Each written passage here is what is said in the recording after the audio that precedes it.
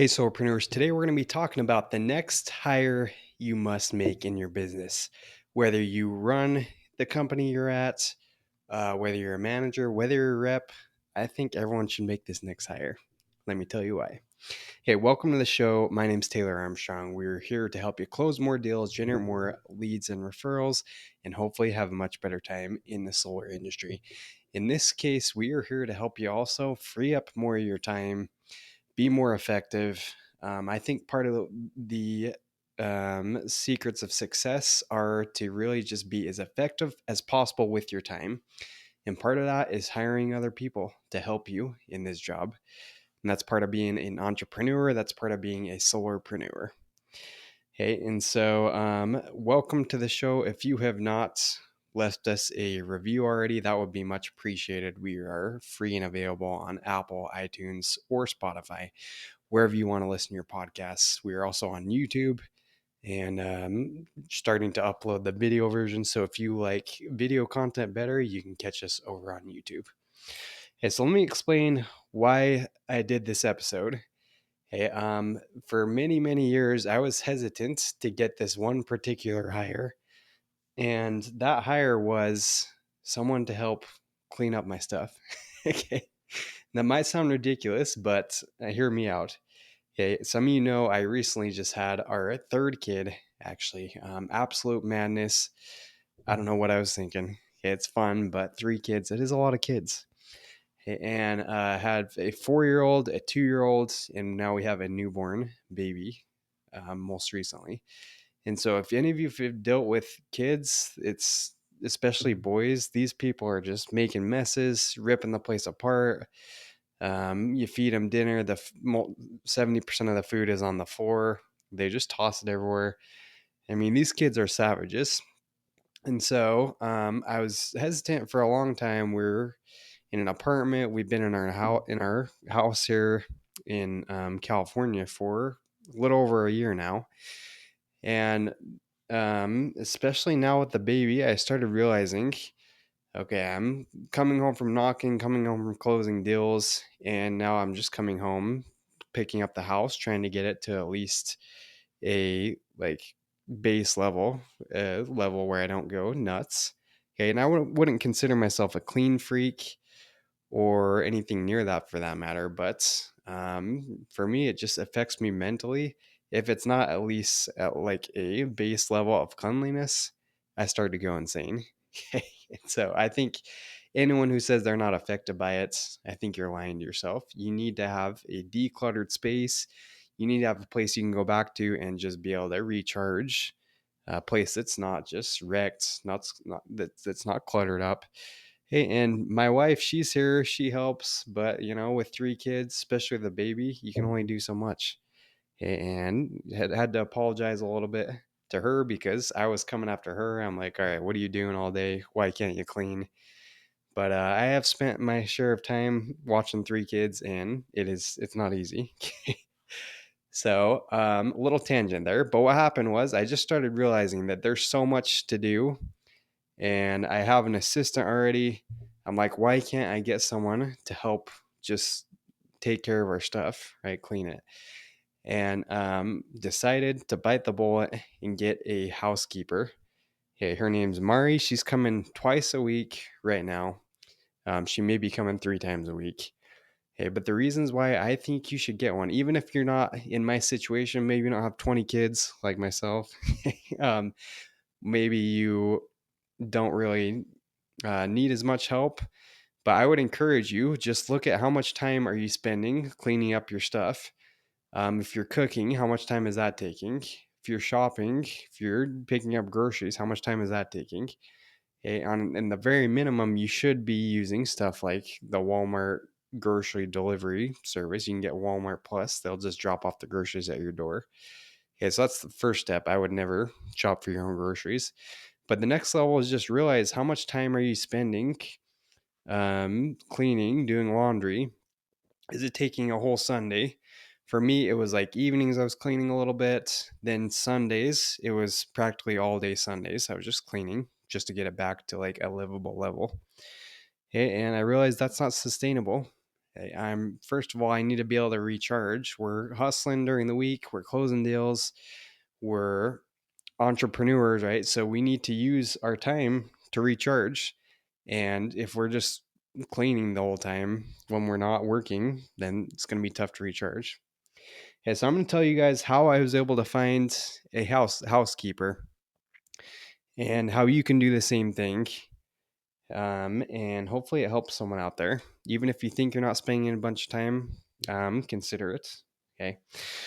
So step number one is just realize how much time are you taking to clean, right? So I already mentioned that a little bit, but how is it affecting your mental bandwidth? Maybe you're like me. Maybe you just came to accept that you're never going to live in a perfectly clean place. Maybe you got kids. You're just like, okay, this is how it's going to be. But just think about how is it affecting you? Hey, how is it affecting your mind? And then consider just tracking your time throughout the day, throughout the week. Something I've talked about many times is doing a time study, just tracking how you're actually spending your time. Because then maybe you're spending more time than you thought, just cleaning, cooking, doing dishes, doing laundry. It all adds up. Okay, and then number two, if you want to get a housekeeper, just it's not as hard as you'd think. Part of what was blocking my mindset around it is just number one, thought it was going to be too expensive. Okay, I'm here in California where minimum wage is practically $20 these days. And then number two, I'm just like, how do you find these people? It's like, do you have to, I don't know someone? Do you have to do all these complicated job posts, go through all these interviews? So it was just part of not knowing and then thinking it was complicated. I'm like, yeah, I'm not going to try and tackle this. Yeah, but it actually turned out to be quite a bit easier than I thought. Okay, so here's what I did. I originally went and I started doing some job postings.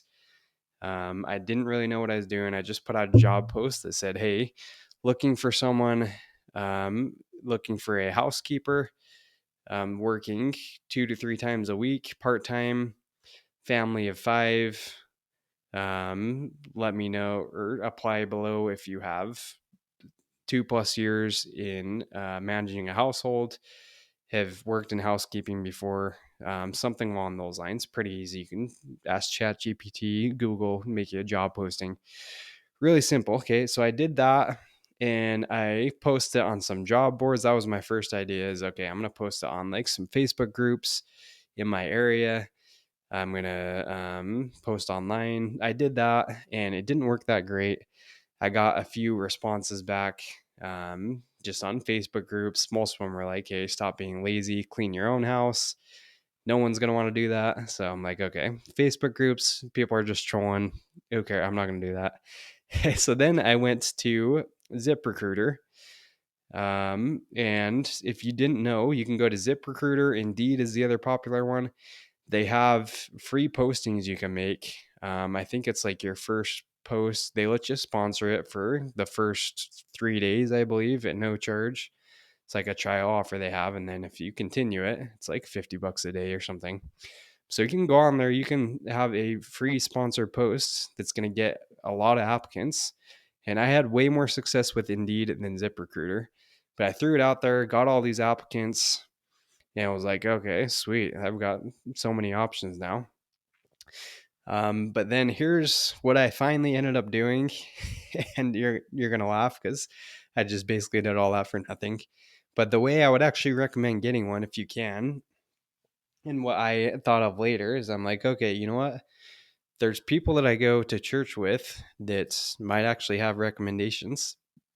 So I think what made it more simple for me and what I did is I asked a Mexican lady that I go to church with, hey, do you know anybody who would be interested in doing some housekeeping for us?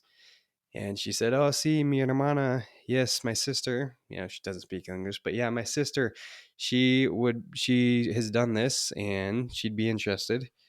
And so long story short, I ended up hiring the sister of a lady that I go to church with and made it simple, knew I could trust her. She came referred, and plus trying to teach our kids Spanish. I'm always trying to improve my Spanish. So I'm like, okay, perfect. Mexican housekeeper. Doesn't get better than that. And ended up going with her. Okay, so that is so all the explanation aside, step number two is just put the feelers out there. First, try to get a reference or referral. But if that doesn't work, then I would recommend just go straight to Indeed. You can get the free sponsored post and just get tons of applicants pretty quickly. Okay, and then the third thing to do this is make sure you actually interview them, sit down with them, whether it's a referral or whether you are actually hiring someone from a job posting. Sit down with them, do an interview, ask them about their experience, just like you'd interview someone in solar. Don't just hand them the job, like you want them to take it seriously, right? So make sure you tell them you're going to do a month trial period. Okay, I would not hire anyone right off the bat. Tell them you're going to do a month trial period, because that way, if they're crazy, if they're late, if they're, who knows, just not doing a good job, you don't like them, remember, they're going to be in your house, they're going to be in your personal space. So if you do a month trial like that, then you're just going to say, hey, we're going to bring you on, see how this goes for a month. We may or may not bring you on uh, permanently after that, but we're going to see how it goes. That way they will take it seriously. You'll be able to get a feeler if you think that person is doing a good job or not, and it's just going to be much better. Okay, so make sure you do an interview, ask them their experience, and then bring them on for a month trial. And that's it. So for me, it's just been an absolute game changer. I can tell you, I'm just way happier when I come home. It's not a wreck. And what I would recommend you have these people start in is just have them come 2 to 3 times a week for a minimum of 3 hours. And in this time, I think the biggest thing you can offload right now is just have them help with your laundry. Okay, laundry, it was taking me at least 5 hours a week, probably, possibly more when you talk about all the laundry we do for these kids. Hey, but even if you're not spending a lot of time, like if you could free up an additional, I don't know, 3 to 4 hours a week, do you think you could put that additional time of something that could potentially make you more money?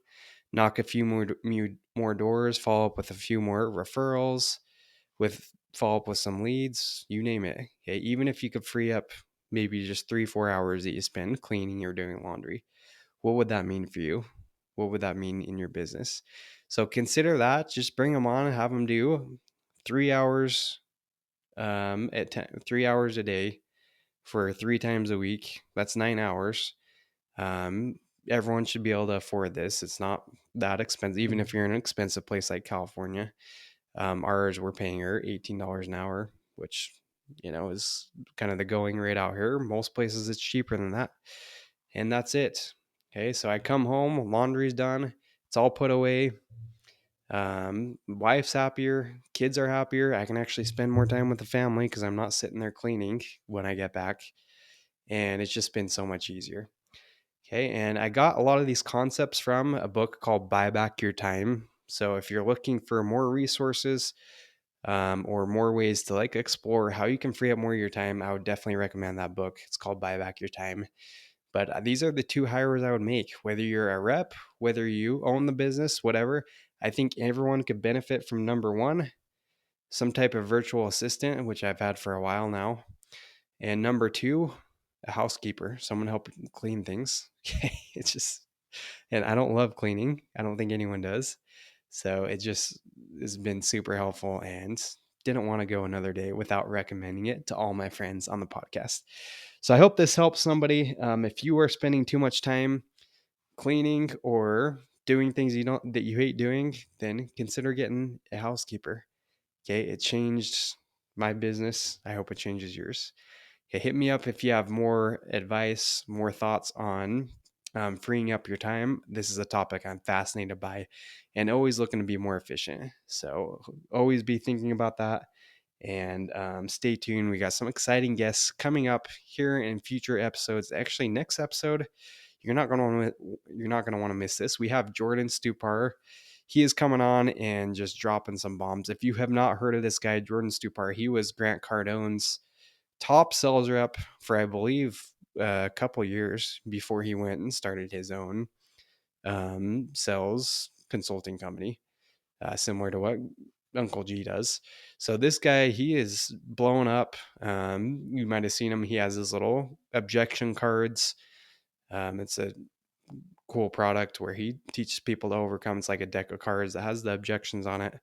Really cool product. And this guy's blown up. So make sure you come and see what he has to say. He talks about how to scale your business, how to overcome objections better, and a whole lot of other stuff. So tune in. He's coming on the next episode. And thanks again for tuning in, guys. So we'll see you on the next one.